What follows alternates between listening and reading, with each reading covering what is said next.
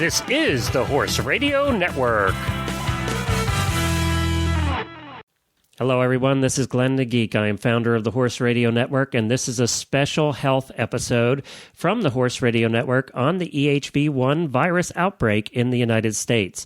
The following recording is taken off the Horses in the Morning show from Wednesday, May 18th, 2011.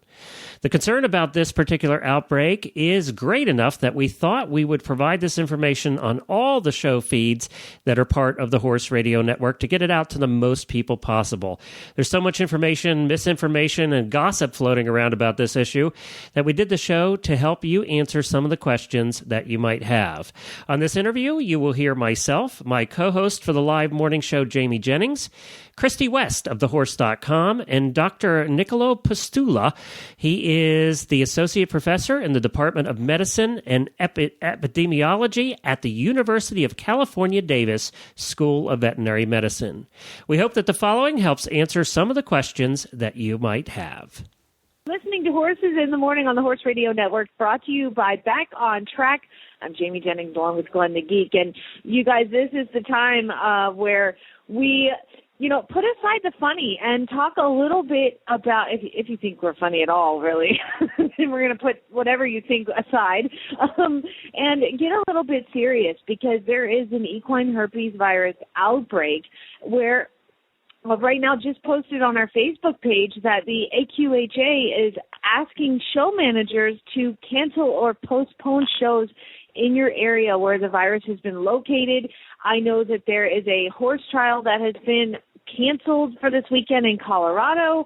So this is a kind of a big deal for people that compete and travel with their horse, because this outbreak, I can't think of something that's happened recently to cause this much of a stir in the horse world so quickly.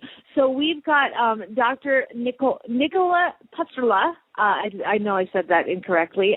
Sorry, doctor. And Christy from thehorse.com. And they're going to come on and talk to you a little bit about what's going on. So first of all, good morning. I'm sorry I ruined your name.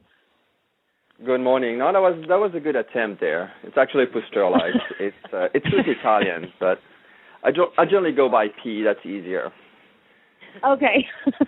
Well, thank you so much for joining us. And, of course, hello again to Christy. You guys, let's get people the information that they need. I mean, people have been posting on our Facebook page about this and asking questions. And, I think everybody's a little bit stirred up about what's going on. Is there a cause for that? Is it getting blown out of proportion? Tell us what's going on. Well, it's a little bit difficult to know the exact extent of the outbreak. It's definitely an outbreak that is defined by multiple horses developing this disease, and all the horses that we know of were exposed at the same place. An initial place was a national cutting horse show in Ogden, Utah. The problem that we have in trying to get a grip on the extent of this disease, the fact that at a state level, we approximately know how many cases have been diagnosed. For example, for the state of California, we, as by yesterday, had 10 confirmed cases of horses having developed the neurological form of herpes virus type 1, which is, in the state of California, a reportable disease. I'm pretty sure that at different state levels, and so far I've heard that approximately, based on confirmed and suspected cases, 8 to 9 additional states have had cases, as well as Canada has had cases. So we know that on a state basis we can get that information together, but what we're missing right now is a national institution that collects all this data. We hope that USDA will step up to the plate and collect all this information. But it is definitely a outbreak that seems to affect several horses, and it's difficult to know. I can only talk about what I've heard, and also talking to colleagues. There have been several deaths associated with this disease. I know of at least 6, and so far, as I said, for the state of California, so far 10 confirmed cases. And so if you look at different states, there could be an outbreak that may actually affect, hard to know, 40, 50, or 60 horses. It's a little bit. It may also Wow. be a little bit too early to determine at this stage, how many horses. We are somewhere gathering information from the first wave, which is a horse that were exposed at the Utah show, but also at a show in California in Bakersfield. And what we're probably going to see is second waves of infection where these horses that may not have developed clinical symptoms at the show went back to the farm, the stable of origin, and then potentially then spread the disease to additional horses. So we may see a second or third wave of infection that may definitely extend the number of horses that have been exposed and potentially will become diseased.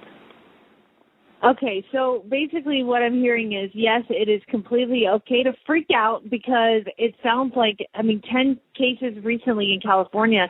That's pretty significant. So let's back up and, Christy, jump in here any time because I want to start out with what is the equine herpes virus? Why is there a vaccination for, I think it's the rhino vaccine that covers, I thought that's what covered the herpes virus, but apparently not. Right, and I'd love for Dr. Pusterla to talk to us a little bit about what exactly is equine herpes virus, because people get a little bit confused because there are different types of herpes viruses that affect horses and result in different syndromes. One being respiratory, the rhino that you mentioned, one being neurologic, which is what that we're dealing with at the current outbreak, and then there's also abortion storms that can be associated with equine herpes virus. And yes, they're all herpes viruses.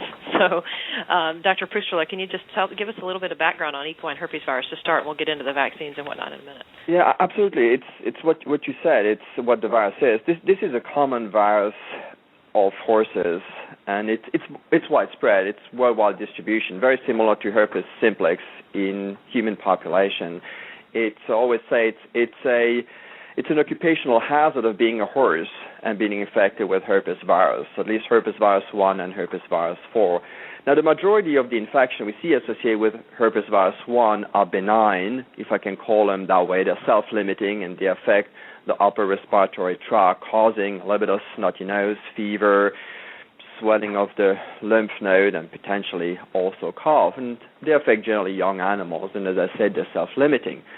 But on occasion, depending on the virus and the virulence, so the pathogenicity of the virus, the immune response of the host, the age of the host, we see other entity, and they're less common. We see occasionally abortion. It can be sporadic, meaning single cases. But because the virus is so highly contagious, it can also become an outbreak of abortion. And then less commonly, we'll see this neurological form, which is known as equine herpes virus myeloencephalopathy. Unfortunately, this is the form that generally is more severe and can, somewhere between 20 and 30% of the cases, lead to recumbency, and generally these horses then are humanely destroyed because of the lack of improvement generally.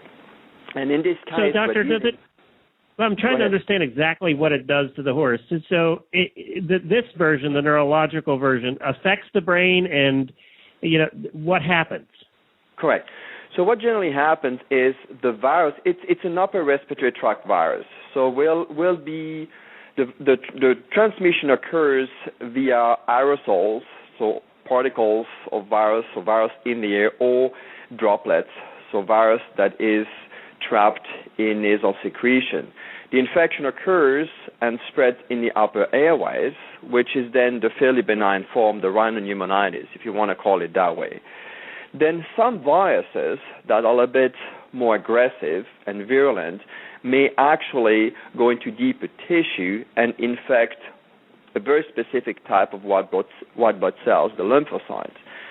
Then depending on the level of lymphocytes, these white blood cells that are infected, that are now in the blood, and the horse is what we call viremic, then these cells can actually cross the blood-brain barrier and enter within the central nervous system. And within the central nervous system, this virus will actually affect the lining of the vasculature system. So it has an affinity to blood vessels.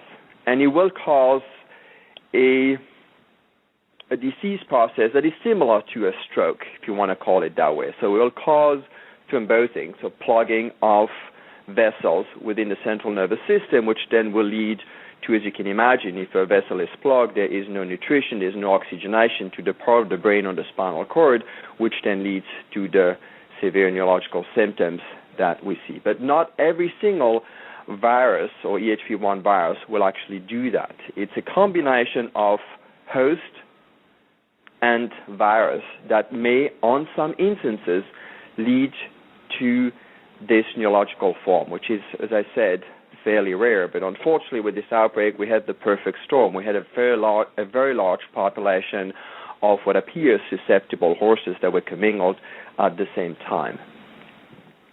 And one other factor in herpes viruses that makes them especially difficult to deal with is latency. And can you tell us a little bit about what latency is?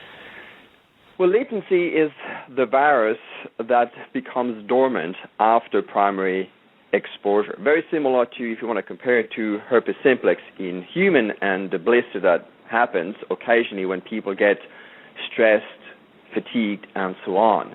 So the virus goes dormant, and depending on the immune system, when there are stress factors, and for horses, what is stress? Well, horses don't have to go to work, don't have to pay bills, but they get on the road, transportation, they get heavy exercise, they may have heart issue, they may have underlying disease, some procedure performed to them, and also some medication may be immunosuppressive. And what happened in these instances, the virus that is dormant in specific area, and generally these are ganglia, the trigeminal ganglia is the site of latency. They become what we call reactivated. So they wake up and then they decide, okay, well, I'm going to see what's around. They go back into the bloodstream, go back into the nasal passages, and then can actively be shed. And that explains why some outbreak actually can occur in close population, where there is no new horse coming into the population. That also explains why occasionally we see this sporadic abortion, where the mare during late gestation is stressed. The immune system is slightly shifted. There's a reactivation of the virus, and now the virus actually crosses the uteroplacental unit and causes disease of the placenta or the fetus. And then once the virus has been reactivated, after a while the immune system takes over and the virus goes back to be dormant. So it's an on and off type of switch that we truly don't understand, but we know can be triggered by stress factors. And in other words, you never fully get rid of this disease once a horse has contracted it. Herpes is for life. You never feel lonely when you have herpes. Okay. It's not a laughing matter, but that's good to know. Yeah. If I could jump in here and dumb it down a little bit for folks like me. So if your horse is exposed to the virus, he can carry it in his own happy little system for an extended period of time, not be sick himself or appear sick himself, and still give it to other horses he's exposed to. Is that how it kind of works? Correct. Oh, now okay. we need to assume, and we don't have good data on what is the percentage of horses that are latently infected. If you look at the literature, it's somewhere between 0 and 100%, which is not very helpful. I think it depends a lot on the population of horses, their husbandry, and how much horse-to-horse contact there is. You know, the common questions about what the listeners can do to prevent, what we can do to get rid of it, like we've got some questions from some of our listeners, and they want to know, how long does this virus live on things? Like if you touched the horse and you've got some on your sleeve, what is the how long would that live there, or in a stall that you were in at a horse show or anything like that? What is the period before it dissolves, I guess? That's difficult to answer just with a number. It depends a lot of environmental factor, temperature, humidity. It's a very resistant virus. Generally, we like to assume somewhere between a few hours to a few days the organism may be infective in nasal secretion that can be on the ground, on the wall, in a water bucket, or on the hand of the person. So that's why good husbandry is essential to eliminate the risk of transmitting the disease by what we call fomites, so shared equipment, hands, and so on. Okay, so basically, wash your hands, all that kind of stuff. How is it transferred from horse to horse? In just nasal secretions, or does a fly bite one horse and then bite another horse and transmit it that way? How is it transmitted? So most of the transmission, well, I wouldn't say most of the transmission. There's two ways. It could be nose-to-nose contact. So a horse that is infected has the virus in nasal secretion, and another horse that comes close by and they just nuzzle and gets exposed that way. That's one possibility. The more common one, I believe, is the shared equipment, where, tack equipment, bit, grooming equipment, feeding equipment is contaminated and is then shared between different horses. Hence, this is typical example is the spread of this disease in hospitals where a common horse comes in, sheds the organism, and everybody wants to help and pull and get this horse in the stall and put him in a sling, and then everybody goes back to work on, outpatient, and then the disease can be transmitted that way. So generally, disease is combined by horse-to-horse contact, but also what we call fomite, so shared equipment that is contaminated, and it's a highly, it's a highly infectious organism. So brushes and saddle pads can transport this disease? Correct. Any shed equipment that has been in contact with a horse that is shedding. We have looked at people in our isolation unit working with these horses, brushing them, just doing the normal physical exam and so on, and then we have swabbed, the lab coat, and we swabbed the boots, and we have swabbed the bouffon, and we could find the virus everywhere. So it's very volatile. Doctor, what are the first things what will I see first in my horse if I suspect he has this? What are the first symptoms that I'll see? That's a very good question, and actually it's where horse people and horsemen can actually intervene and recognize the disease early. This disease is characterized in the early stage by fever. That's the typical hallmark. Fever. And as the disease progresses, horses may then develop respiratory symptoms, nasal discharge, coughing. That would be two typical symptoms, and on occasion horses will then develop the typical neurological symptoms. That means that what owner can do if they suspect that their horse may have been exposed, but also what we recommend owners to do any time they leave their premises and go to a show, a clinic, and so on, is to monitor the horse twice a day by taking its rectal temperature. And any time the rectal temperature is above 101.5 degrees Fahrenheit, and well understood it's not a hot day and the horse hasn't been exercised just half an hour before, then that would be, to me, an indication that there is an inflammatory disease process going on. So that's probably the time to call a vet and pursue diagnostic to determine, especially in today's situation, determine if the horse has been exposed to herpes virus 1. And it's important to know this early stage of the disease because that's the time when the animal can actually be removed from the general horse population, isolated, treated, well understood, and prevent further spread. It's also the time where we can intervene with specific drug and prevent the severe complications of the neurological form in case the horse is infected with herpes virus 1. Sure. So to summarize then, if you're I believe they're taking temperatures on horses in the hospitals to look for fevers, twice a day right now? Is that right? Yeah, not just in the hospital. Every person that owns a horse that potentially has been exposed went to the show, one of these shows in Utah or in California, or there is a horse that went to this show in the barn where they bought their horses, should monitor their horses twice a day for increase in rectal temperature, which would be the early signs of herpes virus 1 infection. And for how long would you suggest that people? As long as we see cases. This is a disease. It's a viral disease. It's going to be quick, but it's going to be painful. So how long? It depends on how many more waves we're going to see. If we're just limited to the first wave, meaning all the horses that went to this show get exposed, some of them will become diseased, and there's no further spread to other horses, then we should be actually out of this situation in the next 7 to 10 days. Unfortunately, if there is continuous spread from this originally infected or exposed animal to then resident horse population, and we don't confine horses, and we restrict horse movement, and people use common sense and maybe don't travel too much with their horses right now. So if we don't prevent this is a disease that can be ongoing for, the next few weeks. Sure. So we're going to monitor temperatures until we don't see cases anymore. And one thing that people have been asking about quite a bit as well is, what do you do if you find that your horse does have a fever? Obviously, you're going to call your vet. But what else Correct. do you need to do? You need to isolate that horse. It's important Exactly. It's important to isolate the horse. And the isolation mainly is to prevent further spread. Not just isolating the horses, but also using what we call good biosecurity protocol.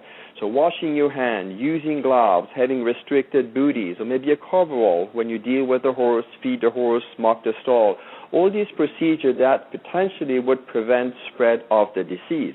What we also need to consider is by the time a horse is diagnosed with EHV-1, spread to neighboring horses may already have occurred. So it's important that every single horse in a barn where there's a suspect or a confirmed case is closely monitored, and that horses that are diagnosed with herpes virus 1 are physically removed from that barn in a separated area and cared for in a way that prevents further spread. Right, and that's something I wanted us to touch on, was what exactly is good isolation, and just, having the horse a couple of stalls away from the other horses probably isn't enough. Sharing a fence line is definitely not enough. Correct. That depends a little bit on the situation on the farm. In a hospital setting, there are specific areas, isolation, that are restricted to animals that are highly contagious.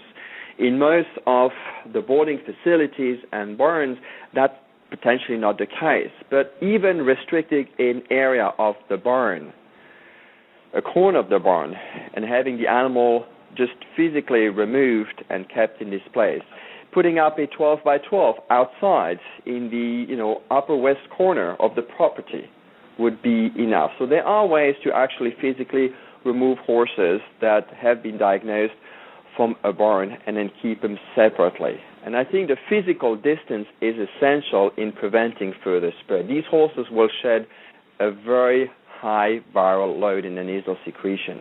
And plus it's the barrier that you have. People are then more aware, okay, this is an infectious animal. I need to be very careful. And that's all the different steps, the feeding, the cleaning the stall, the caring for the animal. It needs to be very well planned. Now, and Doctor, so if I live in Arizona or Washington or California, one of the states where there's known cases right now, should I be a little concerned to go to the horse show this weekend or next weekend, or just if I go to the horse show, make sure that my horse isn't playing footsie with the other horses? Correct. It's a judgment call. It's a risk assessment. How much risk do you want to take? If you were to go to a cutting show right now, I would suggest you stay home and you probably cancel, because it's possible that you may encounter horses that have been exposed.